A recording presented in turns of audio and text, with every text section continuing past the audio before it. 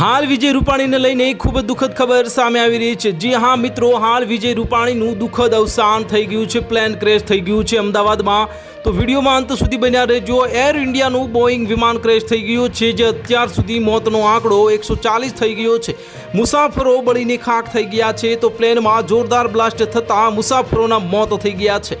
આ ખતરનાક ફોટો અમે તમને બતાવી શકતા નથી। જ્યાં પ્લેન ક્રેશ થયું છે ત્યાં લાશો જ લાશો દેખાઈ રહી છે।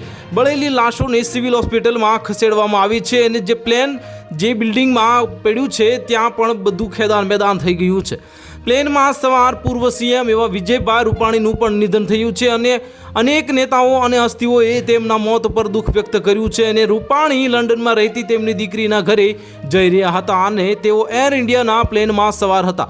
આ દુર્ઘટનામાં 250થી વધુ લોકોના મોત થયા છે અને આ પ્લેનમાં 242 જેટલા મુસાફરો અને જે કાર્ગો પણ સવાર હતા, આ તમામના મોત થઈ ગયા છે।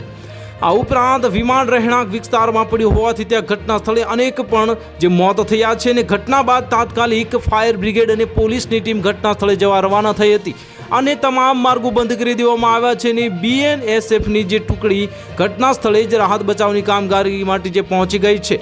પૂર્વ સીએમ વિજય રૂપાણીના પણ આ પ્લેનમાં સવાર હતા। નીતિનભાઈ ભારદ્વાજે આજકાલને આ માહિતી આપી હતી અને દુર્ઘટનાના 100થી વધુ લોકોના મોત સંભાવના છે।